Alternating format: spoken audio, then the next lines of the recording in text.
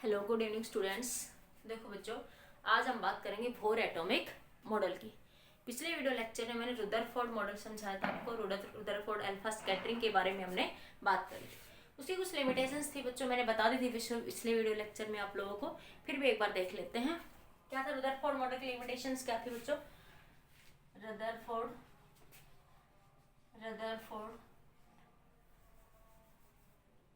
Alpha scattering, Rutherford model की limitation क्या थी? क्या लिमिटेशन थी बच्चों उसके अंदर?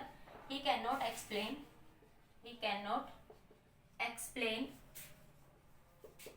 The stability of the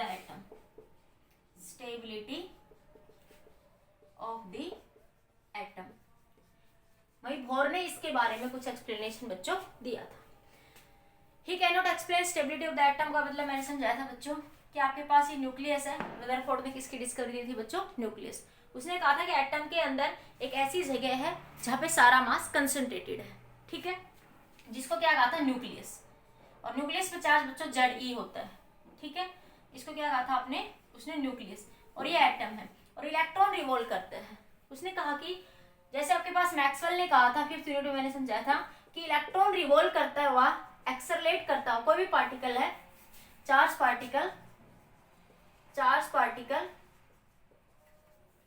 accelerated motion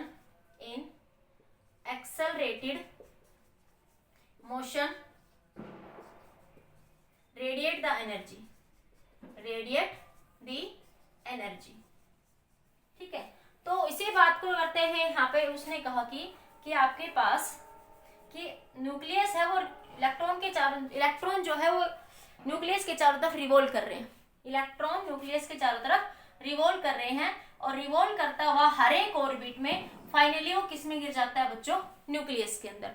और न्यूक्लियस के अंदर जो फॉल टाइम था बच्चों वो उसका 10⁻⁸ सेकंड था। इसको कैलकुलेट कर लिया गया था, ठीक है। इसका मतलब कि एटम एग्जिस्ट ही नहीं करता बच्चों।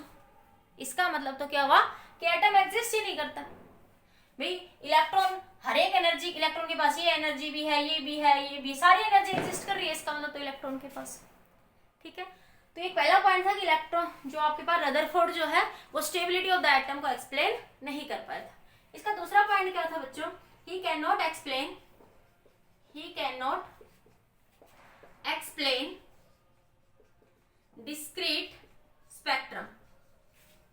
Discrete nature of spectrum. इसके अकॉर्डिंग क्या होना चाहिए बच्चों कि इलेक्ट्रॉन के पास हर एक एनर्जी है। जब गैस को हम हीट करेंगे, गैस मॉलिक्यूल को बच्चों हम हीट करते हैं, तो उसके अकॉर्डिंग उसके सारे स्पेक्ट्रम मिलने चाहिए। जैसे हम एक प्रिज्म में से पास करें, तो जैसे आपने सिंपली पढ़ा हुआ है यहाँ से, ये पॉइंट तो पढ़ लिया होगा, लिख तो बच्चों पिछले वीडियो लेक्चर में लिया होगा आपने इस बात को, ठीक है।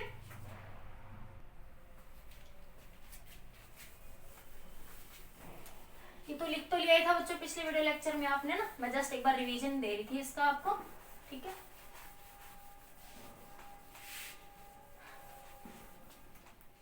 आपने जैसे बच्चों 7th 8th में पढ़ा है कि जब व्हाइट लाइट को स्पेक्ट्रम पे डालते हैं, ठीक है, प्रिज्म के ऊपर, तो 7 कलर में डिवाइड हो जाती है। यहाँ से मैंने आपको अभी पीछे भी समझाया था, VIBGYOR, विबग्योर, ठीक है। वो इन 7 कलर्स में यहाँ पे डिवाइड हो जाती है आपके पास, ठीक है। अब आपके पास अगर बच्चों बात करें कंटिन्यूस और डिस्क्रीट, जैसे मैं ये कहूं इसकी वेवलेंथ 4000 एंगस्ट्रॉम है और इसकी मान लिया 8000 एंगस्ट्रॉम है, ठीक है। तो मतलब इसके बीच में 4001, 4002, 3, 4, 5, 6 सारी आपके पास वेवलेंथ एग्जिस्ट करनी चाहिए। इसका मतलब कंटिन्यूस, जैसे 4001, 4002, 4003, सारी वेवलेंथ क्या करनी चाहिए? एग्जिस्ट करनी चाहिए। अगर ऐसा है तो स्पेक्ट्रम कंटिन्यूस है। लेकिन अगर पहले एक मिला 4000, फिर मिला 8000, फिर मिला 6000, मतलब कुछ इस तरह की सिचुएशन है, ठीक है। बीच में बाकी 4000 के बाद सीधी 6000 मिल रही है, तो ऐसे स्पेक्ट्रम को क्या बोलते हैं बच्चों? Discrete spectrum. और ये एक्चुअल में हमें मिला भी यही discrete spectrum. Continuous spectrum exist नहीं करता, ठीक है। तो ये आपके पास मीनिंग होता है बच्चों। बेसिकली मैंने पिछले वीडियो लेक्चर में बताया था कि he can not explain the discrete nature of spectrum.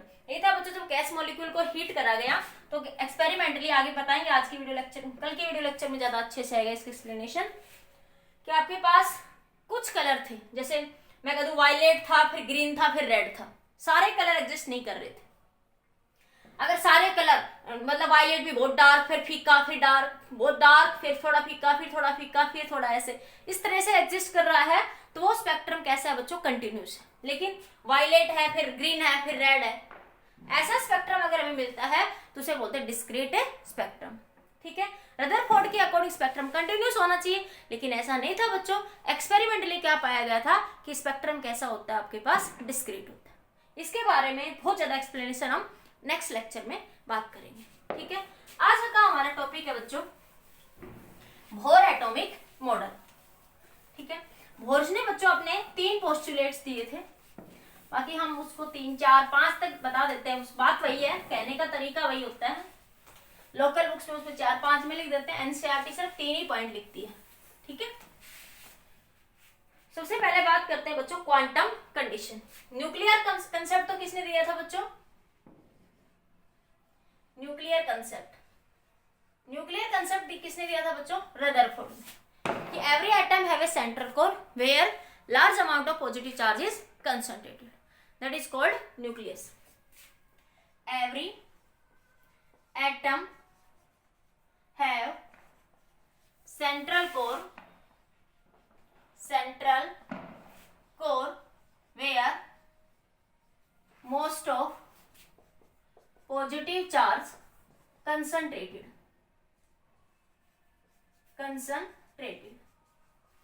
is called most of positive charge concentrated is called nucleus,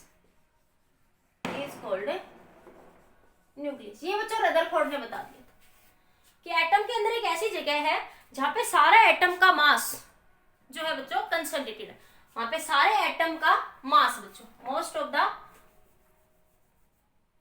every atom have a central core where which whole mass of the where whole mass लिखो बच्चों, whole mass where whole mass of the atom concentrated is called a nucleus. ठीक है, every atom have a central core where whole mass of the atom concentrated, that is called a nucleus. इसके बारे में बच्चों Rutherford ने बता दिया। अब बच्चों बोहर आया, बोहर ने क्या कहा कि आपके पास सबसे पहले बात करते हैं बच्चों क्वांटम कंडीशन। देखो रदरफोर्ड के अकॉर्डिंग इलेक्ट्रॉन हर एक ऑर्बिट में रिवॉल्व कर सकता था, लेकिन बोहर ने यहाँ पे अच्छी सी बात कही। उसने कहा electron revolve only those orbit, electron revolve only those orbit where electron revolve only those orbit where orbital angular those electron revolve only those circular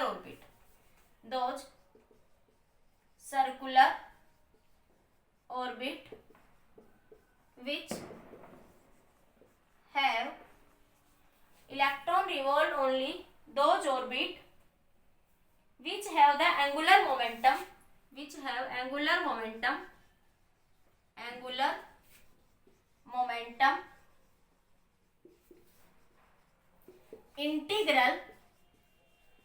integral multiple of Planck's constant।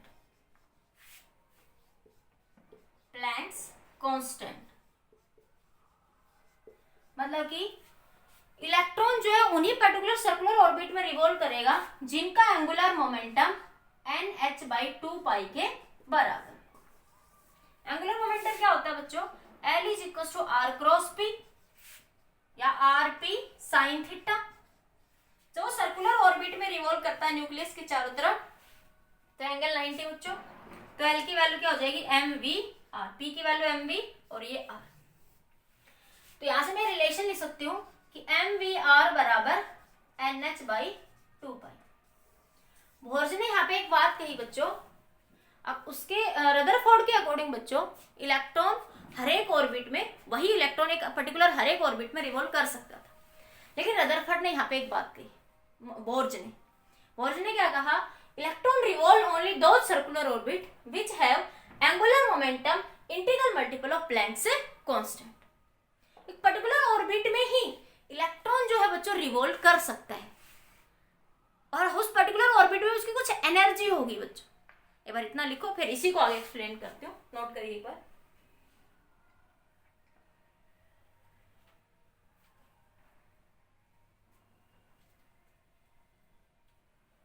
लिख लिया, ऊपर से लिख लिया होगा। अब देखो बच्चों,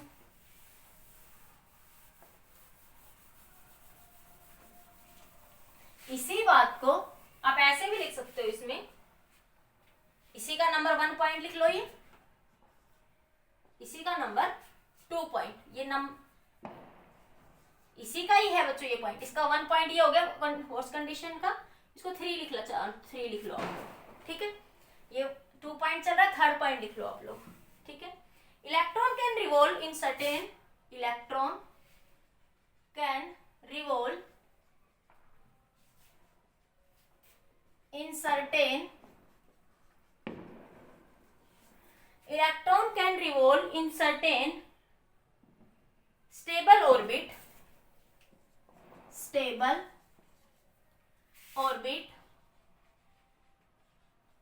electron can revolve in certain stable orbit, those orbit have fixed energy,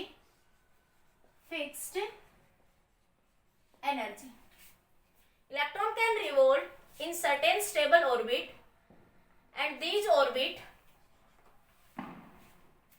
and those orbit have fixed energy and these are called energy level, and these are called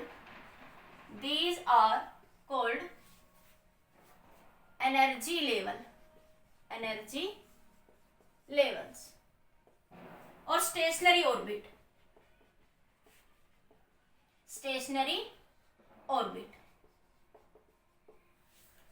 उसने कहा कि इलेक्ट्रॉन एक पर्टिकुलर ऑर्बिट में revolve करेगा बच्चों, particular orbit, stationery, हर एक electron अपने एक पर्टिकुलर ऑर्बिट में रिवॉल्व करेगा, जिसको आप केमिस्ट्री में पढ़ते हो के एल एम एन आ गया ऐसे, ठीक है। और उन ऑर्बिट्स का नाम क्या दिया उसने, के एल एम एन। इलेक्ट्रॉन एक पर्टिकुलर ऑर्बिट में रिवॉल्व करेगा, वो हर एक ऑर्बिट में रिवॉल्व नहीं करेगा, इलेक्ट्रॉन एक पर्टिकुलर ऑर्बिट में रिवॉल्व करेगा और वो रिवॉल्व करता हुआ अपनी एनर्जी भी लॉस नहीं करेगा। यहाँ पे क्लासिकल थ्योरी अप्लाइड नहीं होगी। सबसे पहले उसने क्या कहा, इलेक्ट्रॉन एक पर्टिकुलर ऑर्बिट में रिवॉल्व करेगा, कौन से ऑर्बिट में, जिनका एंगुलर मोमेंटम ये हो। एन क्या बच्चों, इंटीजर नंबर, और ये एन क्वांटम नंबर ही कहलाता है हमारे पास, जिसको हम क्या कहते हैं, एन की वैल्यू 1 2 3 एल एम, एन की वैल्यू 1 है तो के, 2 है तो एल एम एन, ठीक है, केमिस्ट्री में ही पढ़ते हो।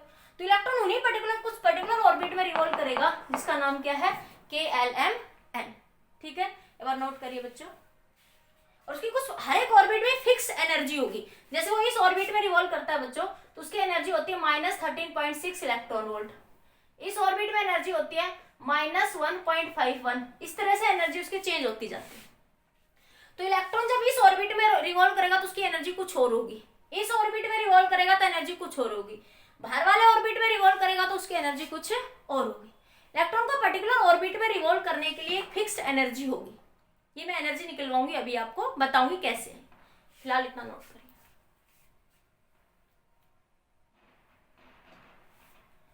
ये आएगी बच्चों माइनस, ये 3.4, ये थर्ड में -1.4, बाकी आ जाएगी, अभी आ जाएगी आपकी, नोट कर लो जल्दी से।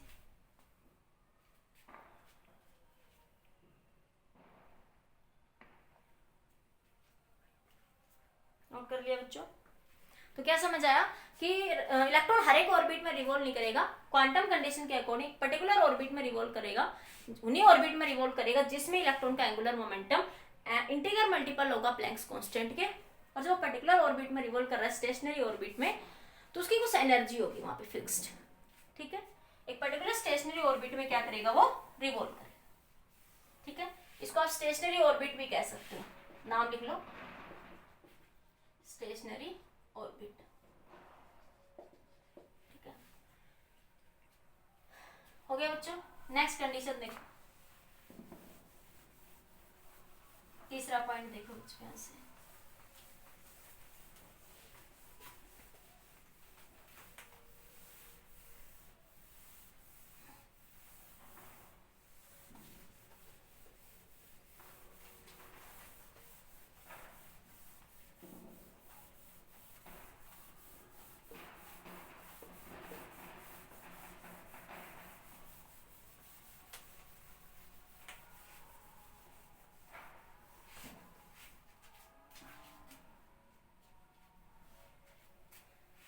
तीसरा पॉइंट देखो जो चौथा, while revolving in particular orbit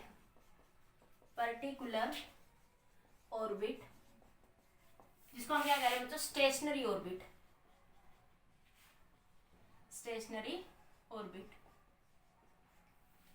while electron revolving in particular orbit, it does not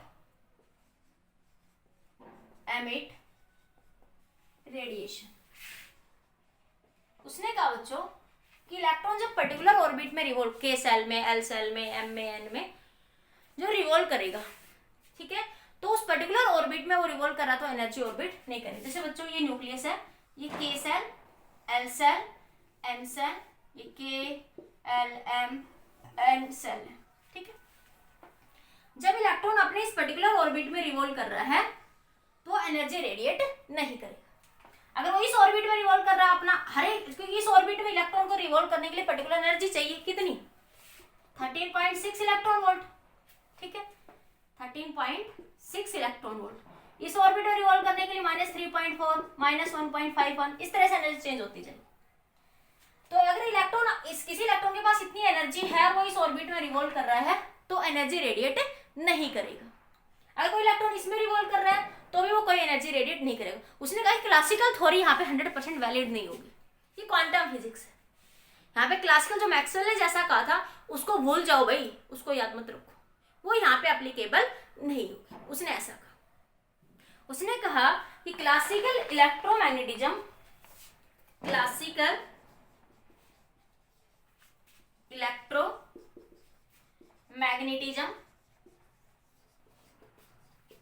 और क्लासिकल इलेक्ट्रोमैग्नेटिज्म और क्लासिकल मैकेनिक cannot be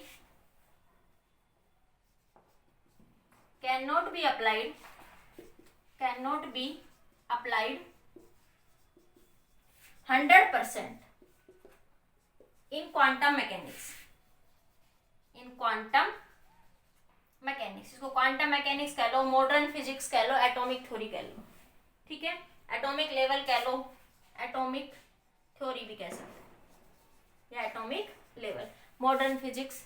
यहाँ पे बच्चों ये 100% ये कंसेप्ट वैलिड नहीं। ठीक है, नोट करो इस पॉइंट को।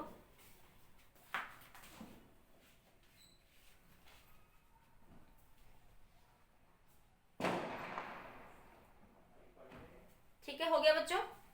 तो पहली कंडीशन क्वांटम कंडीशन, फिर स्टेशनरी ऑर्बिट, फिर हमने कहा कि इलेक्ट्रॉन अगर पर्टिकुलर ऑर्बिट में रिवॉल्व कर रहा है तो कोई भी एनर्जी एमिट नहीं करेगा।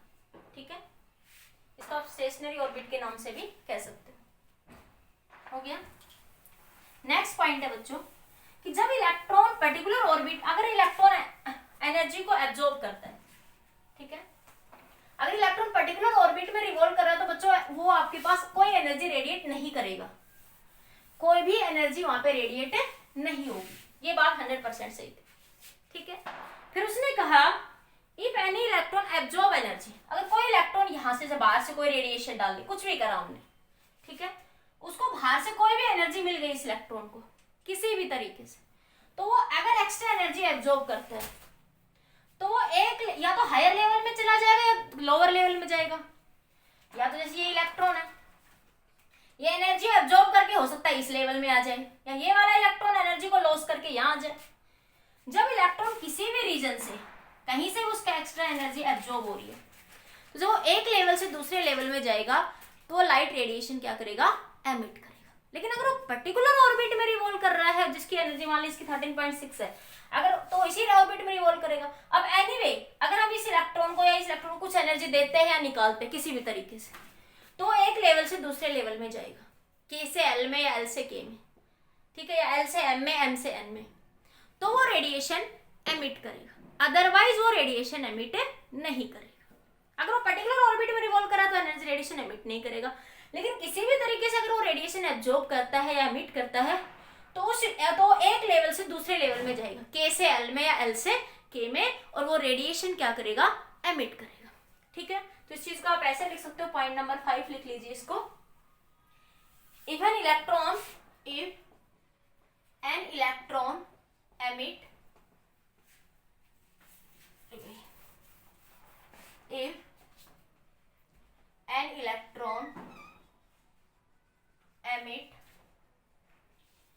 an electron absorb or emit absorb लिख लो पहले, absorb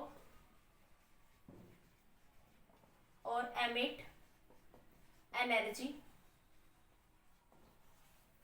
absorb or emit energy, it must to move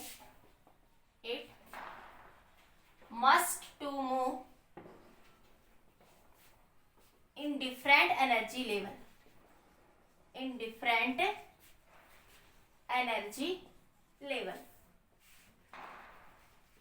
ठीक है। इलेक्ट्रॉन जो है क्या करेगा, डिफरेंट एनर्जी लेवल में क्या करेगा बच्चों, यहां से मूव, ठीक है।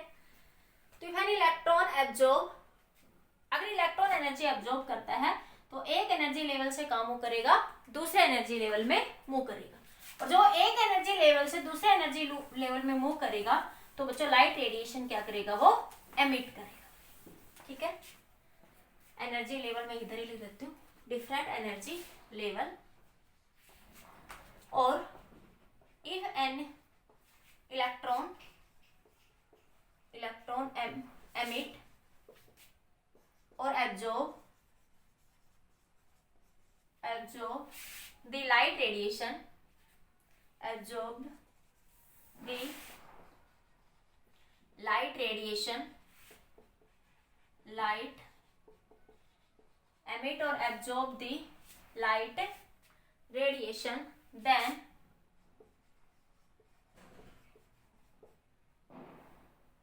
if an electron absorb or emit the energy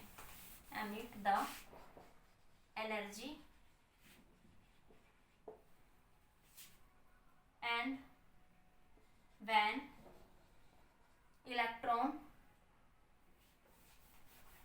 and goes in different energy level and goes one energy level to and goes one energy level to other energy level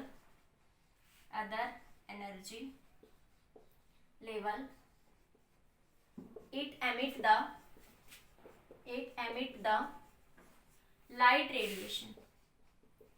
emit the light radiation,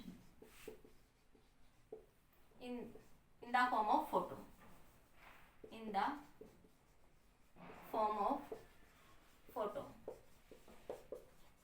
वो कह रहा है कि जब electron एक energy level से दूसरे energy level में आएगा, जैसे मान लो ये सेकंड लेवल, ये तो वो लाइट रेडिएशन एमिट करेगा in the form of photon. ठीक है, फोटोन की फॉर्म में एनर्जी क्या होगी, एमिट होगी। ठीक है, तो इलेक्ट्रॉन, पहली बात क्या समझ आई, जब इलेक्ट्रॉन एनर्जी को वैसे पर्टिकुलर ऑर्बिट में क्या कर रहा, रिवॉल्व करा, तो बच्चों कोई लाइट एनर्जी एमिट नहीं करेगा। लेकिन अगर वो लाइट एनर्जी को एब्जॉर्ब करता है तो एक एनर्जी लेवल से दूसरे एनर्जी लेवल में जब वो जाता है, जैसे उसने एनर्जी को एब्जॉर्ब करा और वो यहाँ से यहाँ जा रहा है, ठीक है, तो वो लाइट रेडिएशन एमिट करेगा in the form of photon. ठीक है, नोट करिए बच्चों, ये इससे हम स्पेक्ट्रम की डिस्कवरी भी पढ़ेंगे। नोट करिए, जैसे मैं कह दूं ये E2 एनर्जी लेवल है, ये E1 एनर्जी लेवल है। ठीक है, तो E2 माइनस E1 बराबर H। ठीक है, जब इलेक्ट्रॉन हायर एनर्जी लेवल से लोअर एनर्जी लेवल में आता है तो वो क्या करेगा, फ्रीक्वेंसी की फॉर्म h न्यू क्या बच्चों, फ्रीक्वेंसी HF लिख लो जी आप। ठीक है, तो एक एनर्जी लेवल से दूसरे एनर्जी लेवल में जाएगा तो रेडिएशन एमिट करेगा कितनी, HF या h न्यू। नोट करिए,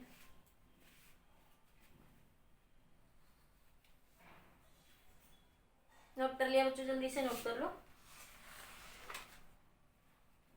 अब बात करते हैं बच्चों bourse theory of hydrogen atom. हो गया नोट। तो क्या बात समझ आई, उसने क्या बताया बच्चों, एक क्वांटम कंडीशन। उसने कहा कि इलेक्ट्रॉन एक पर्टिकुलर ऑर्बिट में ही रिवॉल्व करेगा, और जो पर्टिकुलर ऑर्बिट में रिवॉल्व करेगा तो कोई एनर्जी एमिट नहीं करेगा। ठीक है, ये स्टेशनरी ऑर्बिट की कंडीशन थी। क्वांटम में इलेक्ट्रॉन उन्हीं पर्टिकुलर ऑर्बिट में रिवॉल्व करेगा जहां उसका एंगुलर मोमेंटम कितना होगा, इंटीग्रल मल्टीपल ऑफ NH का। अगर मैं शॉर्ट में फिर बताती हूँ बच्चों, सबसे पहली बात करें क्वांटम कंडीशन। क्वांटम कंडीशन, ठीक है बच्चों, बात तो वो तीन ही है मेन, उनको घुमा फिरा के कैसे लिख दूं कि इलेक्ट्रॉन पर्टिकुलर ऑर्बिट में रिवॉल्व करेगा, ये इलेक्ट्रॉन उन्हीं ऑर्बिट में रिवॉल्व करेगा जहां पे उसका एंगुलर मोमेंटम NH/2π होगा। बच्चों इसको कई बार NH कट भी लिख दिया जाता है, H कट का मतलब होता है H/2π। ठीक है, इलेक्ट्रॉन पर्टिकुलर ऑर्बिट में ही रिवॉल्व करेगा जिनका एंगुलर मोमेंटम बच्चों इतना होगा, और वो पर्टिकुलर ऑर्बिट में जो रिवॉल्व कर रहा है तो उन हर एक पर्टिकुलर ऑर्बिट की अपनी एक एनर्जी है। ठीक है, जिसको स्टेशनरी ऑर्बिट कहते हैं, और वो उस पर्टिकुलर ऑर्बिट में रिवॉल्व करता हो कोई एनर्जी एमिट नहीं करेगा।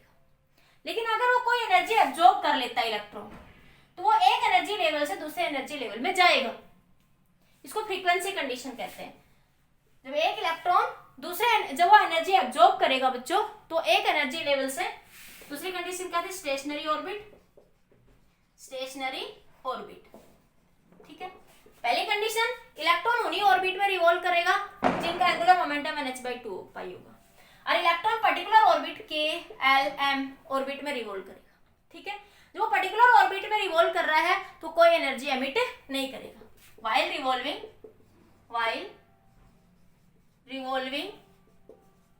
in particular orbit electron does not emit radiation। उसने कहा इलेक्ट्रॉन कोई रेडिएशन एमिट नहीं करेगा, सीधी सी बात। यहाँ पे क्लासिकल थ्योरी 100% एप्लीकेबल नहीं है, क्लासिकल थ्योरी को भूलना होगा अगर तुम्हें मॉडर्न फिजिक्स पढ़नी है तो। फिर उसने कहा फ्रीक्वेंसी कंडीशन। फ्रीक्वेंसी, इसको नाम से याद रख सकते हो, बाकी मैंने 3-4 पॉइंट से लिख दिया। फ्रीक्वेंसी कंडीशन, इसका मतलब क्या था बच्चों, उसने कहा इलेक्ट्रॉन अगर किसी भी तरीके से एनर्जी एब्जॉर्ब करता है, अगर वो पर्टिकुलर ऑर्बिट में रिवॉल्व कर रहा है तो कोई एनर्जी एमिट नहीं कर रहा। जैसे वो इस ऑर्बिट की एनर्जी -13.6 इसमें रिवॉल्व कर रहा है तो कोई एनर्जी एमिट नहीं करेगा। ठीक है, लेकिन अगर वो बाहर से किसी भी तरीके से एनर्जी एब्जॉर्ब करता है या एमिट करता है तो वो एक लेवल से दूसरे लेवल में जाएगा।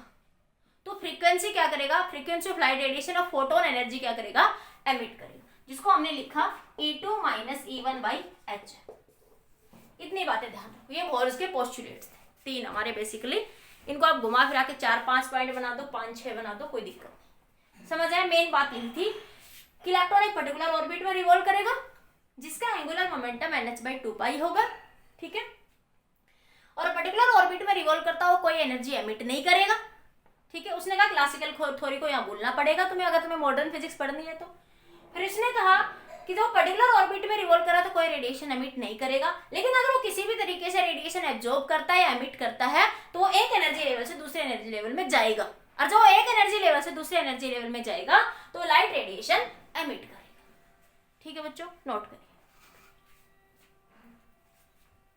अब बात करते हैं बच्चों बोर्स हाइड्रोजन एटम। बोर्स ने हाइड्रोजन एटम के लिए ही बात करी थी बच्चों यहाँ पे, बाकी इसकी लिमिटेशन में भी आ जाएगी बातें। इसने जो थ्योरी दी है इसकी ये कि हाइड्रोजन लाइक एटम के लिए वैलिड थी। अभी बात करते हैं, अब हमारा मेन पॉइंट है बच्चों यहाँ पे काइनेटिक एनर्जी निकालना और आपका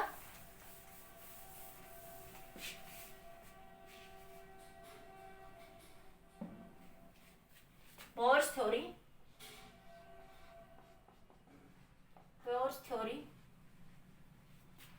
ऑफ हाइड्रोजन एटम,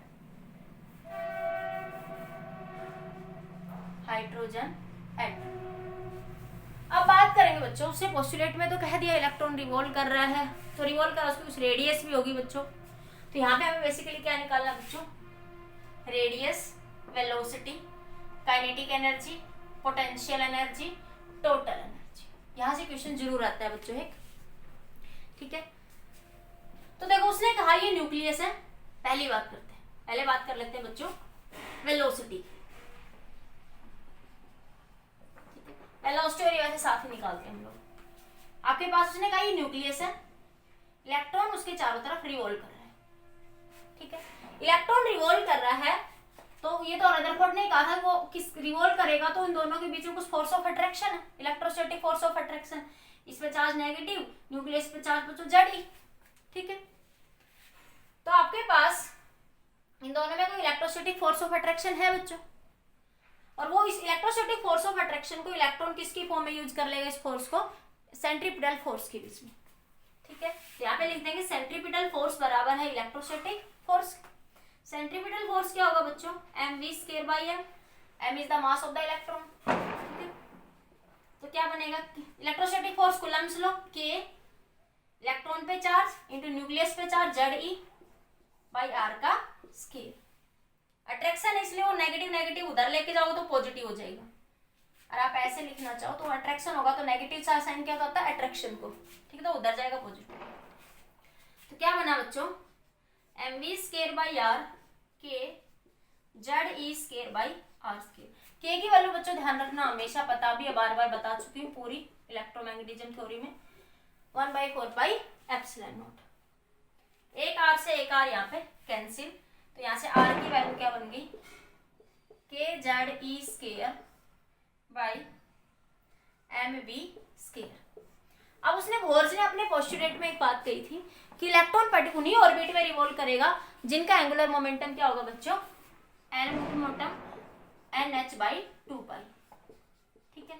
यहां से r निकाल लो, क्या बनेगा nh/2π इंटू mv। जो इसके करने के डिफरेंट तरीके होते हैं, कोई इसी को स्केयर करके इनको डिवाइड कर देता है, ठीक है, कोई ऐसे निकाल लेता है। मुझे जो इजी लगा मैं उस तरीके से आपको करवा रही हूँ, इसके निकालने के डिफरेंट मेथड हो सकते हैं। इसको 1 कह दो, इसको 2 कह दो, ये भी आ रहा है बच्चों, ये भी आ रहा है, तो इलेक्ट्रॉन उसी पर्टिकुलर ऑर्बिट के लिए बात कर रहे हैं, तो ये दोनों बराबर हो गए। तो क्या कह सकती हूँ मैं, kZe²/mv²/nh/2πmv। v निकाल लो बच्चों, यहाँ से एक v से एक v कैंसिल हो गया, तो इस v को मैं उधर ले जाऊं, क्या मिला kZe²/ एक m से एक mv कैंसिल हो गया, तो क्या मिला यहाँ से आपके पास nh नीचे आ जाएगा, ये 2π ऊपर चला जाएगा, ठीक है, 2π ऊपर चला गया, nh नीचे आ गया, एक v बचा था, ये v इधर चला गया, तो v की वैल्यू क्या आई बच्चों, 2π kZe²/nh, ठीक है। अगर आप k की वैल्यू पुट करते हो बच्चों उस रिजल्ट, वो भी इंपॉर्टेंट है, ये वेलोसिटी की केस में रेडियस, अगर k की वैल्यू पुट कर दो 1/4π एप्सिलॉन, तो रिजल्ट क्या बन जाएगा, 2π Ze²/nh/4πε0।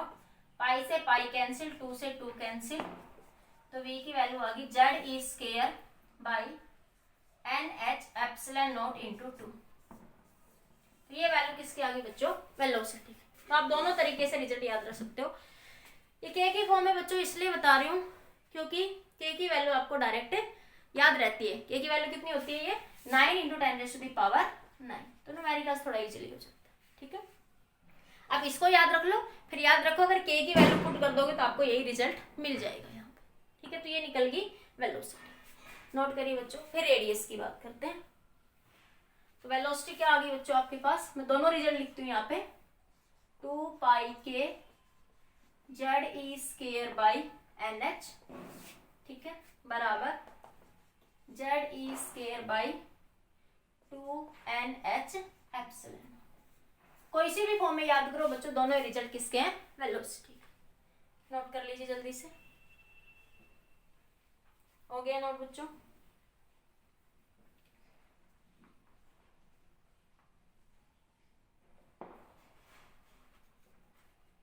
कर लिया? हो गया। अब देखो बच्चों यहां से, अब जब फर्स्ट ऑर्बिट के लिए अगर हम बात करते हैं इसकी, तो देखो बच्चों यहाँ पे ये वेलोसिटी की वैल्यूज आप यहाँ पुट करोगे, के की वैल्यू पुट करोगे, ठीक है, फॉर हाइड्रोजन एटम। हम किसके लिए बात कर रहे हैं बच्चों, ये जनरल आ गया। हाइड्रोजन एटम के लिए जेड की वैल्यू क्या हो जाएगी बच्चों, 1 हो जाएगी यहाँ पे, ठीक है। हाइड्रोजन एटम के लिए जेड की वैल्यू क्या हो जाएगी यहाँ पे, 1 हो जाएगी आपके पास।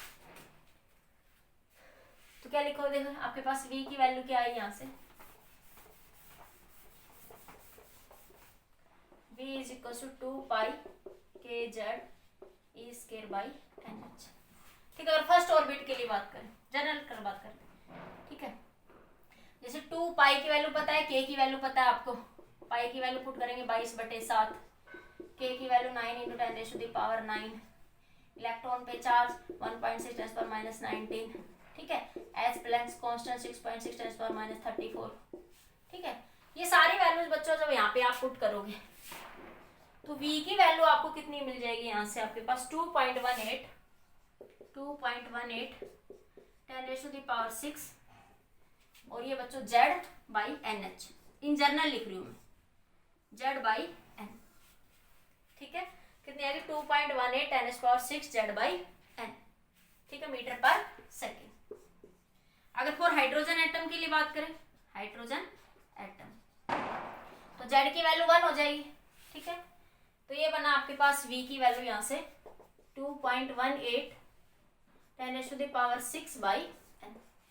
अब अलग अलग ऑर्बिट में, इलेक्ट्रॉन इस ऑर्बिट में है, इस ऑर्बिट में है, अलग अलग ऑर्बिट के लिए, या n की वैल्यू 1, या n की वैल्यू 2, या n की वैल्यू 3, इस तरह एल्सोन चलता जाएगा। तो n की वैल्यू 1 2 3। एक तो बात बच्चों देखो, इस फार्मूले से ये भी समझ आई कि जो वेलोसिटी है, इलेक्ट्रॉन जो पर्टिकुलर ऑर्बिट में रिवॉल्व कर रहा है, वो इनवर्सली प्रोपोर्शनल है क्वांटम नंबर के, इनवर्सली प्रोपोर्शनल है किसके, क्वांटम नंबर के। n क्या है बच्चों यहाँ पे, क्वांटम नंबर। तो फर्स्ट ऑर्बिट के लिए वैल्यू कितनी आ जाएगी बच्चों, ये अगर n की वैल्यू 1 लेते हो 10⁻6, अगर n की वैल्यू 2 लेते हो तो 2.18 10⁻6 डिवाइडेड बाई 2, फिर 3 लोगे तो 3 से डिवाइड कर दो, 4 लोगे तो 3। जैसे जैसे क्वांटम नंबर बढ़ेगा, मतलब इस ऑर्बिट इलेक्ट्रॉन इस ऑर्बिट में सबसे ज्यादा स्पीड, तेज स्पीड से होगा, फिर इसमें थोड़ा कम, फिर स्पीड कम होती जाएगी। क्वांटम नंबर बढ़ता जाएगा तो स्पीड क्या होती, वेलोसिटी क्या होती जाएगी, कम होती जाएगी। एक बार नोट करिए बच्चों इस बात को, ठीक है, नोट कर लीजिए बच्चों।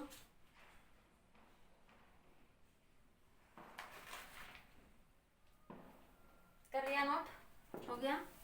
अब देखो बच्चों यहाँ से एक बार छोटी सी बात और इसी में देखो, वेलोसिटी के अंदर ही आपके पास अगर फर्स्ट ऑर्बिट के लिए बात करूं, उसको मैं v1 कह दूं, v1 कितनी आ गई, 2.18 10⁻6। अगर इसको c स्पीड ऑफ लाइट से डिवाइड कर दिया जाए, v1 बाई c, ठीक है। c स्पीड ऑफ लाइट आपको पता है 3 × 10⁸, ये वैल्यू 1/37 के बराबर आ जाती है, ठीक है। इसी चीज को आप यहां से भी निकाल दो, अल्फा फाइन स्ट्रक्चर कांस्टेंट बोलते हैं इसको। क्या लिखोगे बच्चों, क्योंकि कुछ बुक्स में ऐसे लिखा रहता है 2 पाई के ZE² NH, इसको c से मल्टीप्लाई कर दो और इसको c से ही क्या कर दो बच्चों, डिवाइड कर दो। c से क्या कर दो मल्टीप्लाई, c से क्या कर दो डिवाइड। इसको ऐसे लिख लो CH × n, ये n यहाँ लिख दिया बस चेंज करके, ये नीचे ही है CHN। तो ये जो वैल्यू है ना, ये क्या कहलाएगी, अल्फा फाइन स्ट्रक्चर कांस्टेंट। आगे बताऊंगी इसको मैं स्पेक्ट्रम में, ये क्या कहलाएगा बच्चों, फाइन स्ट्रक्चर कांस्टेंट।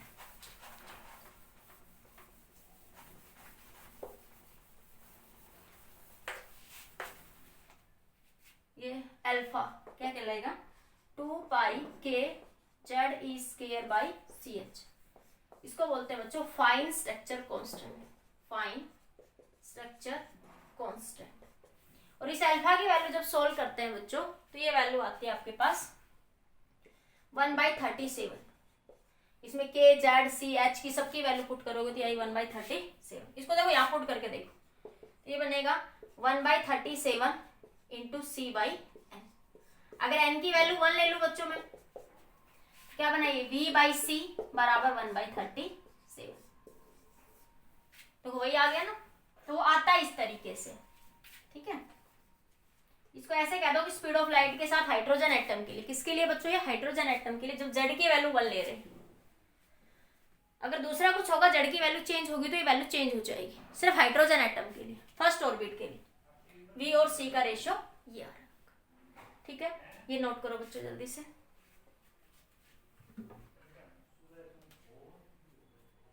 जल्दी से नोट करिए बच्चों। तो ये क्या आ जाएगा आपके speed of the electron. Speed लिख लो बच्चों, मैं वेलोसिटी लिख ली, speed of the electron, speed of a electron, ठीक है। वैसे तो वेलोसिटी होती क्योंकि इलेक्ट्रॉन रिवॉल्व करता तो बच्चों डायरेक्शन तो चेंज होती है सर्कुलर मोशन में, ठीक है। लेकिन अब यहाँ पे हम डायरेक्शन की ऐसे बात नहीं करें, वो एंटी क्लॉकवाइज क्लॉकवाइज है ना, इसलिए स्पीड कह दी, बाकी कोई फर्क नहीं पड़ता, ठीक है। हो गया बच्चों। अब बात करते हैं बच्चों रेडियस की। हो गया। तो सबसे पहले क्या निकाल दी, स्पीड ऑफ द इलेक्ट्रॉन। अब निकालेंगे बच्चों रेडियस। वेलोसिटी कह सकते हैं क्योंकि इलेक्ट्रॉन जब रिवॉल्व कर रहा है सर्कुलर ऑर्बिट में डायरेक्शन तो चेंज हो रही है। बाकी हम यहाँ पे सिर्फ मैग्नीट्यूड की बात करें, डायरेक्शन की बात नहीं कर ले, इससे स्पीड को कह दिया बच्चों, ठीक है। अब बात करते हैं बच्चों रेडियस। रेडियस के लिए बच्चों ये न्यूक्लियस है, इलेक्ट्रॉन इसके चारों तरफ रिवॉल्व कर रहा है। तो पहली condition mv square by r k Z E square by r square. Centripetal force electrostatic के फोर्स के बराबर होगा, तो आर निकल गया k Z E square by m we square. अब ये v की जो वैल्यू बच्चों आपने निकाली है ना वो यहाँ पुट कर दो, ठीक है। इसको 1 कह दो और ये v की वैल्यू क्या आई 2 पाई के Z E square by NH। ये v की वैल्यू बच्चों यहाँ रख दो, तो r की वैल्यू क्या मिलेगी के जेड ई स्क्वायर, तो करके दिखाऊं मैं आपको 2 K Z E square M we square है बच्चों। तो इसका स्क्वायर करेंगे सबका, तो ये 4 पाई स्क्वायर के स्क्वायर जेड स्क्वायर ई की पावर 4। ऊपर जाएगा बच्चों n स्क्वायर h का स्क्वायर, एक के से एक के क्या हो जाएगा आपका कैंसिल, तो r की वैल्यू क्या बनी, और एक z से एक z भी कैंसिल, e स्क्वायर से ये भी cancel, n square by h square 4 pi square m, एक k बचा बच्चों k, एक z बचा e स्क्वायर। तो ये वैल्यू किसकी आ गई बच्चों, यहाँ पे आपकी r की वैल्यू आ गई यहाँ से, ठीक है। अगर आप यहाँ पे k की वैल्यू पुट कर देते हो, इसकी वैल्यू k की वैल्यू 1/4 पाई एप्सिलॉन नॉट, ठीक है।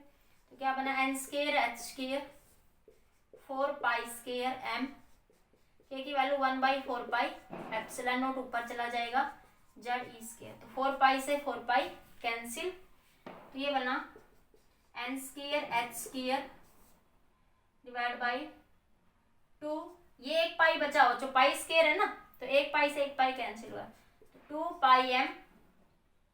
2 पाई m जेड ई स्क्वायर, ठीक है। नोट करिए। तो ये भी बच्चों r की वैल्यू, बस k की वैल्यू पुट करने से रिजल्ट का थोड़ा चेंज ही हो जाता है, ठीक है। नोट करिए।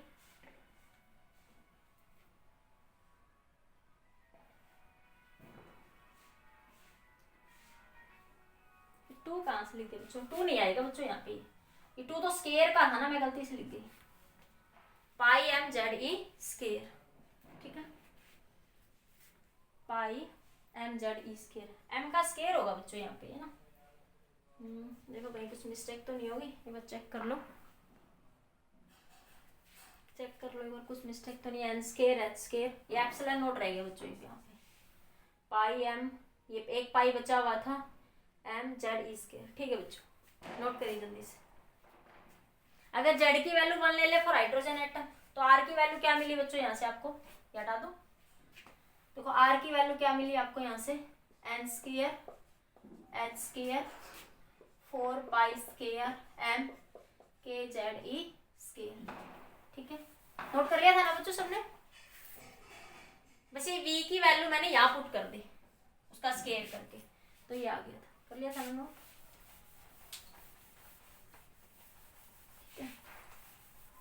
या आर की वैल्यू, और आर की वैल्यू क्या आई, n square H square epsilon naught pi M Z ई स्क्वायर। ठीक है, if Z is equal to 1 लिख दे, जेड की वैल्यू क्या हो जाएगी बच्चों 1। हाइड्रोजन एटम के लिए बात करेंगे। ठीक है, तो आपके पास फॉर हाइड्रोजन एटम तो क्या बन जाएगा बच्चों यहाँ से आपके पास, ये for hydrogen atom, hydrogen atom के लिए जेड की वैल्यू क्या हो जाएगी 1 फॉर हाइड्रोजन एटम। तो आर की वैल्यू देखो, यहाँ से एक रिलेशन निकला है बच्चों कि आर जो है ना, ये ध्यान रखो, मैं साथ साथ लिख रही हूँ साइड में। ठीक है, तो आर की वैल्यू क्या है, N square H square 4 pi square M K Z ई स्क्वायर। ठीक है, या ये नीचे वाला भी ले लो, कोई दिक्कत नहीं है, N square H square epsilon naught pi M Z ई स्क्वायर। ठीक है, तो यहाँ से एक रिलेशन ध्यान रखना बच्चों, आर डायरेक्टली प्रोपोर्शनल है N square quantum number. Speed क्या था, इनवर्सली प्रोपोर्शनल था। स्पीड के केस में क्या था बच्चों, v जो है इनवर्सली प्रोपोर्शनल है क्वांटम नंबर के, और जो r है बच्चों आपका r वो डायरेक्टली प्रोपोर्शनल है square of quantum number, n क्या है क्वांटम नंबर। ठीक है, यहाँ पे बच्चों n h एप्सिलॉन नॉट ये सब वैल्यू पुट करोगे तो r की जो फर्स्ट ऑर्बिट के लिए रेडियस आएगी 0.529, कितनी आती है लगभग 0.529 N square by Z, N square by Z angstrom में होती है बच्चों ये वैल्यू,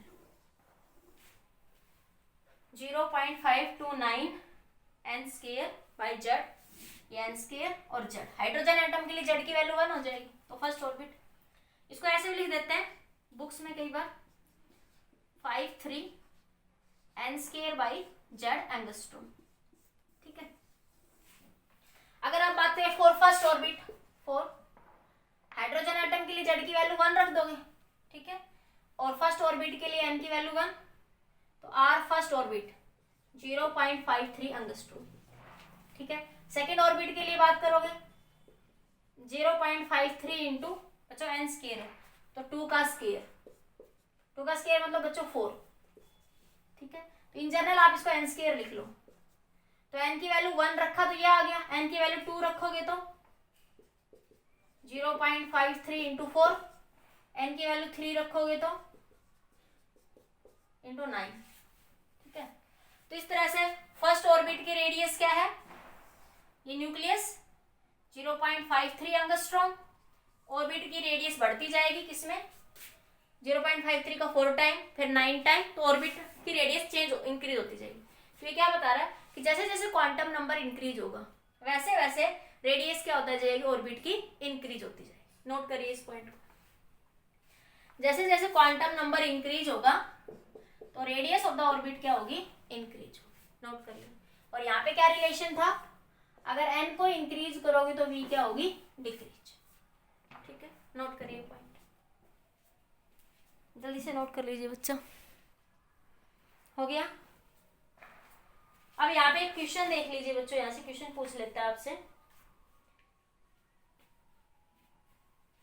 देखो क्वेश्चन देखो,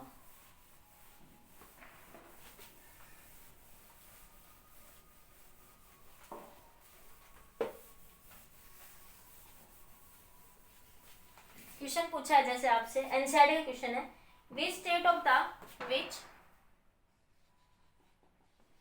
state of the triply ionized beryllium, which state of the triply ionized beryllium has the same orbital radius, has the same orbital radius, has the same orbital radius as that of hydrogen atom, as that of ground state of hydrogen atom, as that of ground state of hydrogen atom, hydrogen atom। वो क्या कह रहा है, which state of the triply ionized beryllium, ठीक है, has the same orbital radius as that of ground state of hydrogen atom। तो हमने in general क्या पढ़ा बच्चों, R is equal to 0.53 n square by z, ठीक है। अब यहां से हमें उससे कह रहा है कि किस के स्टेज में क्वांटम नंबर कौन सा हो, जब इसकी radius, the radius of hydrogen atom बराबर हो जाए radius of the beryllium, radius of the hydrogen बराबर हो किसके, आपकी बेरिलियम। तो यहां से देखो इन जनरल क्या कह सकते हैं, 0.53 n square by Z beryllium, ठीक है, बराबर होगा 0.53 n square by Z hydrogen. यही बात कर सकते हैं बच्चों, for hydrogen, for hydrogen n की वैल्यू भी बच्चों की, n की वैल्यू कितनी होगी आपके पास, ग्राउंड स्टेट का है, ग्राउंड स्टेट के लिए n की वैल्यू 1 होगी बच्चों, ठीक है, और z की वैल्यू तो 1 होती है। और फॉर बेरिलियम n हमें निकालना है और z कितना हो जाएगा 3, तो यहाँ पुट कर दो, ये 0.53 से 53 कैंसिल, n की वैल्यू बच्चों हमें निकालनी है बेरिलियम के लिए, n स्क्वायर, z की वैल्यू कितनी होगी बच्चों 3, ठीक है, और हाइड्रोजन के लिए ये भी 1 और ये भी क्या होगी बच्चों 1 होगी यहाँ से आपके पास, ठीक है। ग्राउंड स्टेट के लिए बात कर रहा है हाइड्रोजन के लिए, तो ये वैल्यू भी कितनी होगी 1 और ये भी होगी बच्चों कितनी आपकी 1 होगी आपके पास, ठीक है। तो यहाँ पुट कर दीजिए, ये आ जाएगा आपके पास, रूट में तो नहीं आना चाहिए। बेरिलियम के लिए क्वांटम नंबर 4 होगा ना बच्चों, 3 नहीं होगा 4। देखो हाइड्रोजन होता है ना आपकी chemistry, hydrogen, helium, lithium, beryllium, तो नंबर 4 होगा, एटॉमिक नंबर क्या होगा इसका 4, ठीक है, तो ये 4 आएगा बच्चों यहाँ पे। तो n स्क्वायर किसके बराबर हो गया 4 के, तो n बराबर हो गया किसके बच्चों 2 के, ठीक है। जब क्वांटम नंबर 2 होगा तब इन दोनों की क्या होगी, ऑर्बिटल रेडियस बराबर। नोट करिए बच्चों जल्दी से इसको,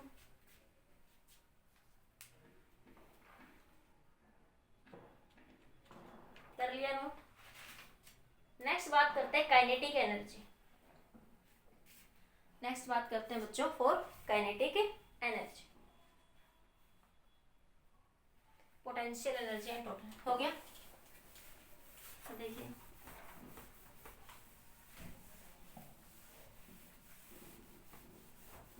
तो क्वेश्चन बच्चों आपसे ऐसे ही पूछे जाएंगे, सेकंड ऑर्बिट के रेडियस पूछ लेगा, बस ये याद रखो जनरल क्या है, थर्ड ऑर्बिट के रेडियस पूछ लेगा, तो थोड़ा सा अलग बनता था कि किस ऑर्बिट की रेडियस किसके बराबर होगी, एक सिंपल क्वेश्चन मैंने आपको कर दिया, ठीक है।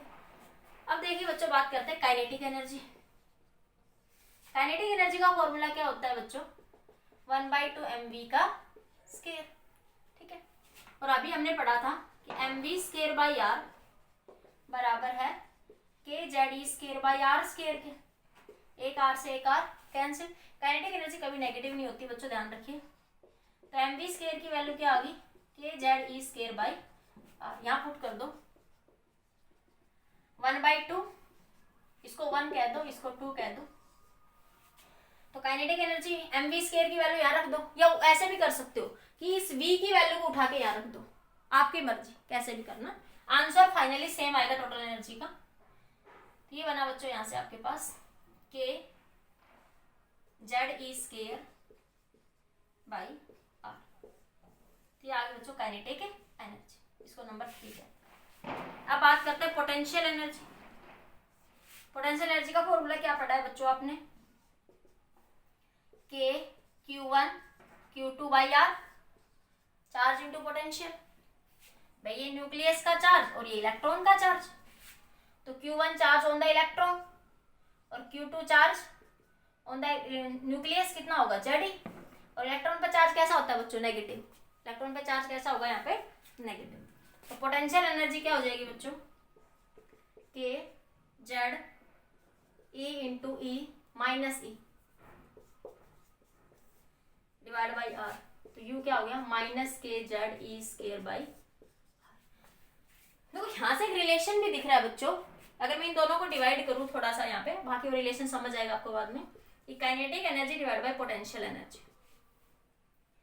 तो काइनेटिक एनर्जी 1/2, बाकी तो दोनों में सेम है, के Z square by r, k Z square by, बस माइनस का साइन आ जाएगा बच्चों यहाँ पे। तो क्या आया कि जो काइनेटिक एनर्जी है बच्चों यहाँ से आपके पास, काइनेटिक एनर्जी का जो रिलेशन है यहाँ से, एक मिनट, मैं ये कह सकती हूँ यहाँ से कि जो पोटेंशियल एनर्जी है वो डबल है किससे, काइनेटिक एनर्जी से। ये तो हुआ ना कि जो पोटेंशियल एनर्जी है वो Q2 टाइम्स है किसके, काइनेटिक एनर्जी के, लेकिन नेगेटिव, क्योंकि यहाँ नेगेटिव साइन है ना। इन दोनों को डिवाइड करो, इसको नंबर 3 कह दो, इसको नंबर 4 कह दो। तो पोटेंशियल एनर्जी बराबर है negative of 2 times of total kinetic energy. ये एनसीईआरटी का क्वेश्चन है बच्चों एक इस तरीके से, तो मैं साथ साथ आपको एक्सप्लेन कर रही हूँ, नोट कर लीजिए, इतना नोट करो। अब बात करते हैं बच्चों टोटल एनर्जी, इसकी बात करते हैं, टोटल एनर्जी। हो गया, लिख लिया ना सबने। अब बात करते हैं total energy. Total energy, total energy क्या होगी बच्चों, काइनेटिक एनर्जी प्लस में पोटेंशियल एनर्जी। तो काइनेटिक एनर्जी क्या है बच्चों, पोटेंशियल एनर्जी लिख लो जी, काइनेटिक लिख लो 1/2 K Z E square by R, और ये रही potential energy minus K Z E square by R. तो ये माइनस और ये प्लस, तो ये वैल्यू क्या आ जाएगी बच्चों यहाँ से आपके पास, टोटल एनर्जी क्या आ जाएगा, minus K Z E square by 2r। देखो ये घटाएंगे इसमें से तो माइनस से आएगा ना बच्चों यहाँ से आपके पास। तो मैं यहाँ से एक रिलेशन लिख सकती हूँ बच्चों यहाँ से इन दोनों के बीच में, कि यहाँ से एक रिलेशन निकालो पोटेंशियल एनर्जी, टोटल एनर्जी और काइनेटिक एनर्जी के बीच में, कि जो पोटेंशियल एनर्जी है, तो ये रिलेशन तो समझ आया, -2 टाइम्स ऑफ काइनेटिक एनर्जी, और जो पोटेंशियल एनर्जी और काइनेटिक एनर्जी को देखो यहाँ से,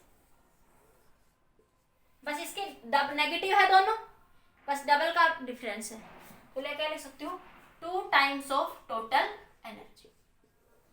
तो ये रिलेशन याद रखना। देखो ये रिलेशन यहाँ से देख लो, डिवाइड कर लो पैसे दोनों को, कि टोटल एनर्जी जो है, पोटेंशियल एनर्जी डबल है किससे, टोटल एनर्जी से, लेकिन काइनेटिक में इसमें नेगेटिव का डिफरेंस था, तो ये रिलेशन यहाँ से ये आया था। तो ये रिलेशन याद रखना कि पोटेंशियल एनर्जी बराबर है -2 टाइम्स ऑफ काइनेटिक एनर्जी बराबर है 2 times of total energy. Note करिए बच्चों इस बात को जल्दी से, कर लिया नोट, हो गया। मैं इधर लिखूं बच्चों इस बात को,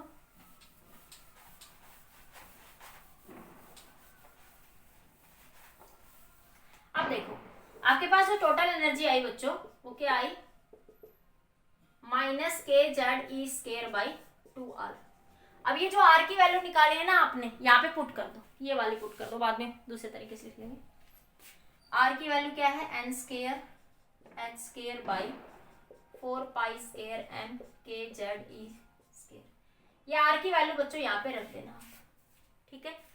जब ये r की वैल्यू आप यहाँ पे रखोगे, r की वैल्यू, ठीक है, r की वैल्यू जब आप यहाँ पे रखोगे तो ये वैल्यू आ जाएगी टोटल एनर्जी की वैल्यू 2 पाई स्केयर m के स्केयर जेड ई की पावर 4 के स्केयर जेड स्केयर ई की power 4 divide by n square into h का स्केयर।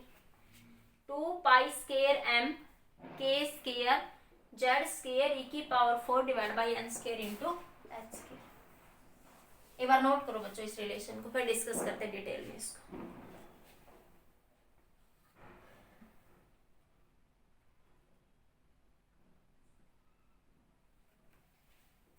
हो गया नोट बच्चों, हो गया। कर लिया नोट बेटा? अब देखो यहाँ से ये सब रिलेशन लिख लिया सभी ने। अब देखिए बच्चों यहाँ से आपके पास अब यहाँ पे के की वैल्यू पुट करके आप अपने रिलेशंस को सोल्व कर सकते हो, कोई बात नहीं। ठीक है बच्चों, जैसे आपके पास जो टोटल एनर्जी है बच्चों वो कितनी आ गई यहाँ से 2 pi square m k square z square e की power 4 n square into h का स्केयर।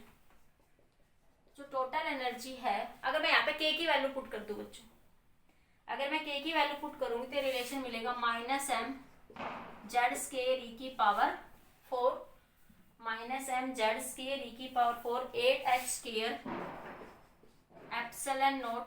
करके दिखाऊं क्या? तो चलो मैं करके दिखा देती हूँ और लेक्चर लंबा खिंच जाएगा बच्चों। और 5 छोड़कर देखो 2 पाई स्केयर के की वैल्यू क्या होती है 1/4 पाई एप्सिलॉन नॉट, तो 4 pi epsilon not into 4 pi epsilon not, क्योंकि स्केयर है ना इसलिए, into Z square into e की power 4 n square into h square. देखो पाई से पाई स्केयर कैंसिल हो गया, 2 से ये कैंसिल हो गया। ठीक है, तो ऊपर क्या बचा m z स्केयर e की पावर 4। ये वैल्यू नेगेटिव में आएगी बच्चों, देखो नेगेटिव साइन ऑलरेडी था पहले, तो यहाँ नेगेटिव आएगा, ध्यान रखना, बड़ा इंपॉर्टेंट पॉइंट है ये।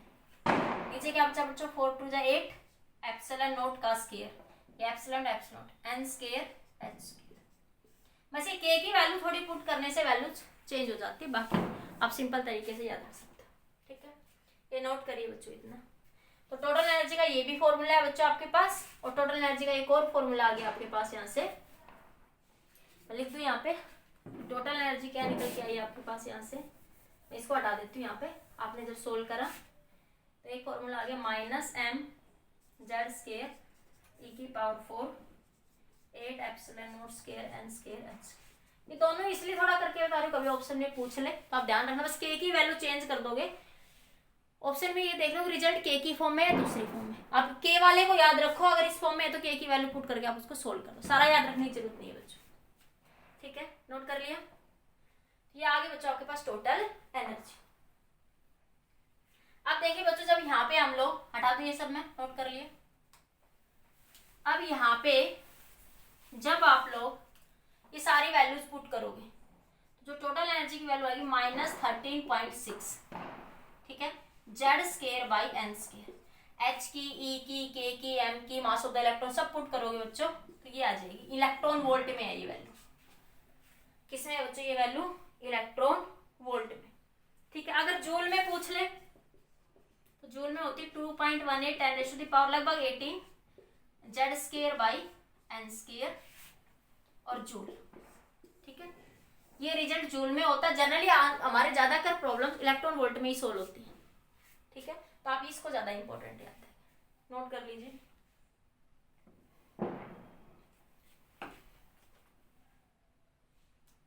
जैसे इस पे बेसिक न्यूमेरिकल देखते हैं बच्चों अभी हमारे पास, तो ये सारी वैल्यूज आपको ध्यान रखनी है बच्चों। ये कैसे आई, तरीका याद रखो या रिजल्ट याद रखो, आपकी मर्जी।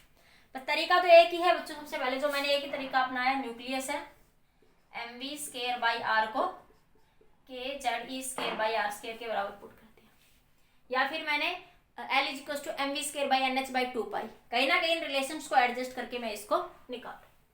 ठीक है, थोड़ी थोड़ी प्रैक्टिस करोगे तो याद हो जाएंगे बच्चों। ठीक है, ये मैं सोच रही इतने बड़े बड़े कैसे याद होंगे, थोड़ी सी प्रैक्टिस करोगे याद हो जाएंगे। ठीक है, ये फॉर्मूले ये सब एक साइड में लिख लो आपने, ये नोट कर लिया बच्चों। अब मैं सब हटा रही हूँ, अब न्यूमेरिकल देखिए, ये सब हटा दो बच्चों, मैं यहाँ से नोट कर लिया ना। अब जैसे न्यूमेरिकल देखिए, हटा दो।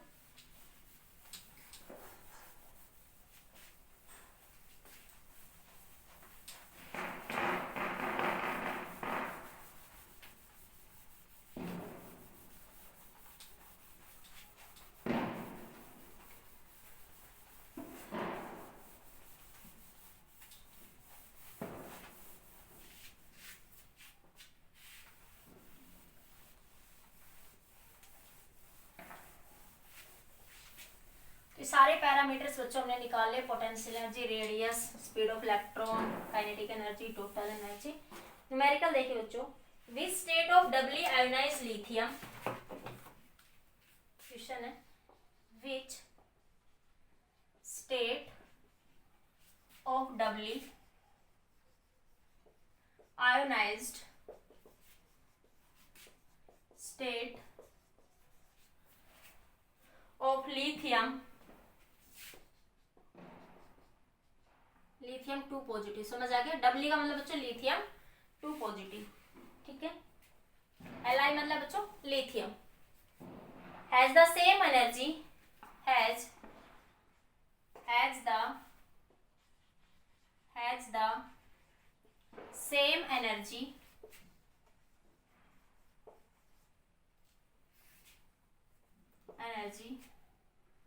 as that of, has the same energy as the ground state energy of hydrogen, as the ground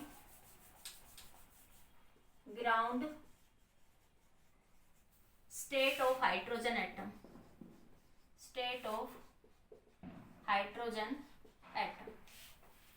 as the ground state of hydrogen atom.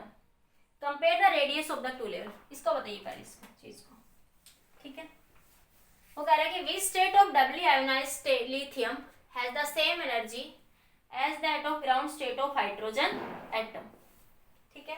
तो एनर्जी का फॉर्मूला किसके बराबर था बच्चों, -13.6 जेड स्क्वायर बाई एन के स्क्वायर के, ठीक है, इन जनरल था। उसने कहा which state of doubly ionised lithium, मतलब एनर्जी ऑफ लिथियम बराबर होगी बच्चों किसके, ground state of hydrogen atom, ठीक है। याद रख लो -13.6। अब यहाँ पे लिखो फॉर लिथियम, लिथियम के लिए जेड की वैल्यू कितनी हो जाएगी बच्चों 3। एटॉमिक नंबर कितना होता है लिथियम का बच्चों 3 होता है आपके पास, ठीक है। एन निकालना है आपको। और हाइड्रोजन के लिए जेड की वैल्यू बच्चों 1 और एन की भी वैल्यू 1 हो जाएगी। ग्राउंड के लिए बात करें ना, वो कहते था second state, first excited state, तो अभी मैं बताऊंगी वो आपको, वो ध्यान रखना। जैसे मैं लिख देती, यहाँ लिखो जैसे, तो ये आया बच्चों एन स्क्वायर -13.6, एन स्क्वायर निकालना है, जेड की वैल्यू बच्चों यहाँ पे कितनी है, जेड की वैल्यू 3 है, तो 3 का स्क्वायर 9 बाई एन स्क्वायर। यहाँ लिथियम के लिए लिखा, हाइड्रोजन के लिए -13.6 1/1, ये इससे कैंसिल, तो 9 बराबर एन स्क्वायर, तो एन की वैल्यू कितनी आ गई 3। इस स्टेट में बच्चों बराबर, नोट करिए एक बार इस पॉइंट को।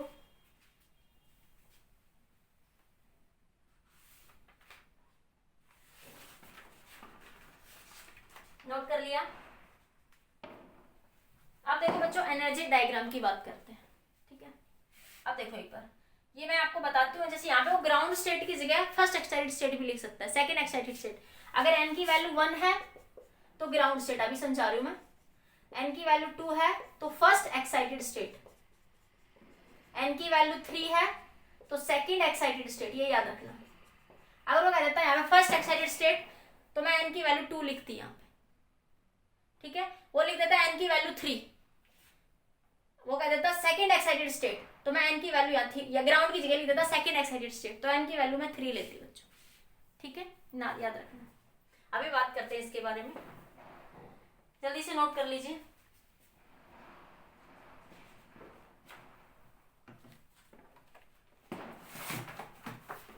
कर लिया नोट बच्चों।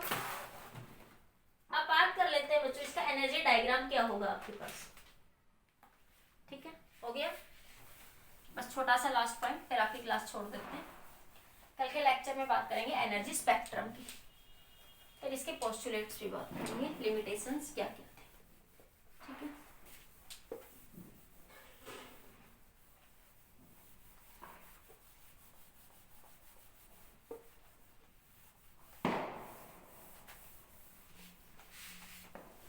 जैसे बात करें एनर्जी का फॉर्मूला क्या है बच्चों आपके पास, -13.6 Z square by N square. For hydrogen atom के लिए बात करें तो जेड की वैल्यू हमेशा 1 हो जाएगी बच्चों, ठीक है। तो फॉर ग्राउंड स्टेट एन की वैल्यू क्या हो जाएगी 1। ग्राउंड स्टेट में एनर्जी की value -13.6। For first excited state तो एन की वैल्यू क्या हो जाएगी बच्चों 2। तो एनर्जी की वैल्यू कितनी हो जाएगी -13.6 डिवाइडेड बाई, इन जनरल लिखोगे जैसे जेड की वैल्यू 1 लिखोगे यहाँ पे इन जनरल, तो ई एन बन जाएगा बच्चों -13.6, ई एन की value -13.6 divide by N square, ठीक है। एन की वैल्यू 1 लिखेंगे, इलेक्ट्रॉन वोल्ट में है बच्चों ये वैल्यू, ठीक है। एन की वैल्यू 2 रखेंगे तो 2 का स्क्वायर बच्चों 4, तो -13.6 डिवाइडेड बाई 4, ठीक है। ये आगे आपके पास E0 लिख सकते हो आप, इस चीज को E0 लिख सकते हो, ये ग्राउंड स्टेट, ठीक है। या E1 लिख लो, याद रह जाएगा। ये E2, E3 -13.6 divide by 9, E4 -13.6 divide by 16, E5 -13.6 divide by 25। यहाँ पे एन की वैल्यू कितनी हो जाएगी बच्चों 2, यहाँ पे एन की वैल्यू 3, यहाँ पे एन की वैल्यू 4, यहाँ पे एन की वैल्यू 5, ठीक है। इसको क्या कहोगे फर्स्ट एक्साइटेड स्टेट, इसको कहोगे सेकंड एक्साइटेड स्टेट,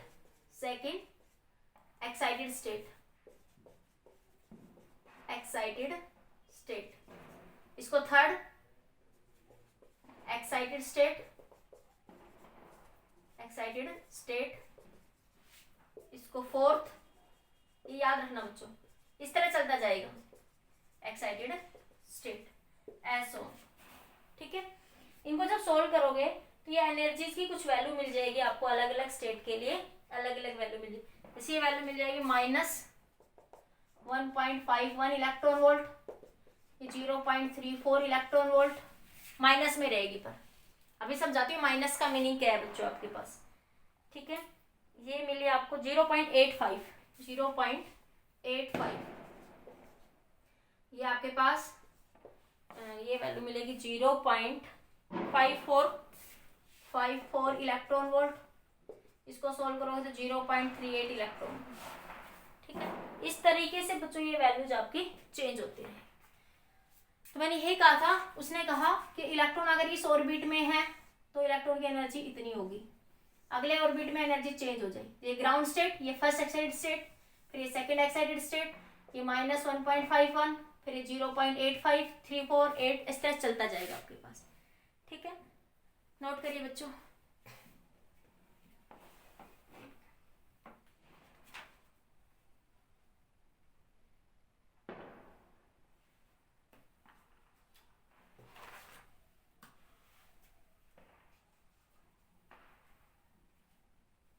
हो गया, कर लिया बच्चों नोट, समझ आया। अब इसको देखिए, अब इसका डायग्राम आप बना सकते हो। एनर्जी डायग्राम में थोड़ा सा बना के दिखाती हूँ, बाकी कल के लेक्चर में और इसका एक्सप्लेनेशन लेंगे बच्चों आपके लिए, ठीक है। क्या होता है बच्चों इसके अंदर, इसमें जैसे आपके पास ये है एन की वैल्यू, ये जो बता रहा है ना एन की वैल्यू 1 के लिए, वैल्यू एनर्जी की वैल्यू कितनी 13.6, कितनी है 13.6, ठीक है। एन की वैल्यू 2 के लिए कहा, यहाँ 3 के लिए, फिर और स्पेस, देखो जैसे जैसे ये लेवलिंग बढ़ती जा रही है, जैसे एन की वैल्यू फर्स्ट के लिए कितना था 13.6, फिर क्या हुआ 1 पॉइंट, तो पहले इन दोनों में गैप देखो सबसे ज्यादा है, फिर गैप धीरे धीरे कम होता जा रहा है, डिफरेंस, ठीक है। जैसे एन की वैल्यू 2 के लिए, एन की वैल्यू 3 के लिए, और थोड़ा कम हो जाएगा एन की वैल्यू 4 के लिए, एन की वैल्यू 5 के लिए, फिर ये बच्चों आपस में बिल्कुल ओवरलैप कर जाएंगी, आपस में सारी लाइनें इस तरीके से बिल्कुल ओवरलैप करती चली जाएंगी, ठीक है। और एट इन्फिनिटी, अगर एन की वैल्यू इन्फिनिटी ले लोगे, एनर्जी का फॉर्मूला है -13.6 divided by N square, hydrogen atom के लिए। तो अगर एन की वैल्यू इनफाइनाइट लोगे तो एनर्जी की वैल्यू 0 हो जाएगी।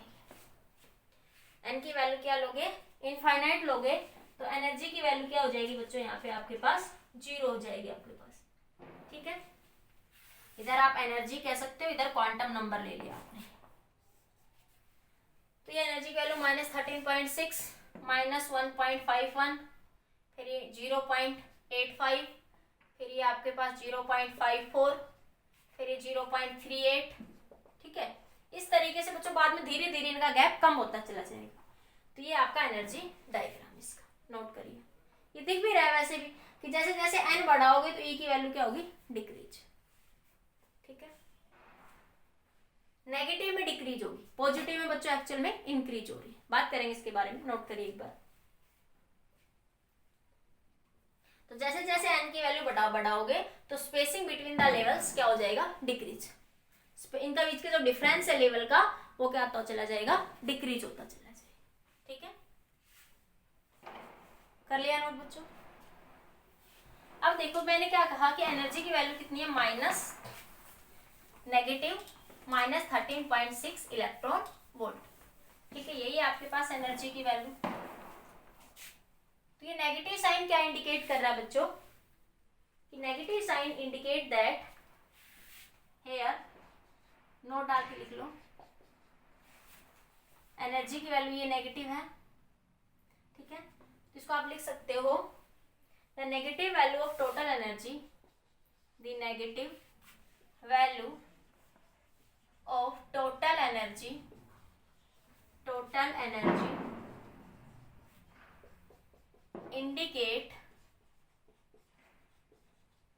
indicates that negative value of total energy indicates that electron is bound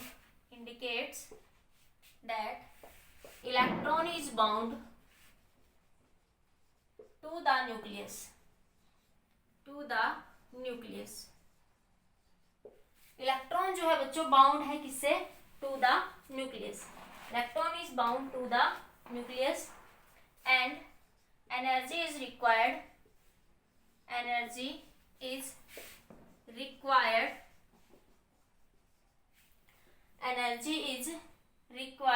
to free electron from the nucleus। ये नेगेटिव साइन क्या बता रहा है बच्चों, कि जो न्यूक्लियस और इलेक्ट्रॉन है वो इस एनर्जी से बंधे हुए हैं। ठीक है, इलेक्ट्रॉन को फ्री करने के लिए एनर्जी रिक्वायर्ड होगी, और जब हम एनर्जी की वैल्यू इनफाइनाइट देते हैं तो पॉजिटिव एनर्जी, जब पॉजिटिव एनर्जी होगी तो इलेक्ट्रॉन उससे फ्री हो जाएगा। जब तक नेगेटिव एनर्जी होगी उन दोनों बीच में अट्रैक्शन होगा, तो एनर्जी कुछ ना कुछ रिक्वायर्ड होगी उस इलेक्ट्रॉन को वहां से फ्री करने के लिए, पर्टिकुलर ऑर्बिट से फ्री करने के लिए क्या होगी, एनर्जी रिक्वायर्ड। तो नेगेटिव साइन ये बता रहा है the value of total energy indicate that electron bound to the nucleus. ठीक है, और energy is required to free the electron. ठीक है, नोट करिए बच्चों इस पॉइंट को जल्दी से।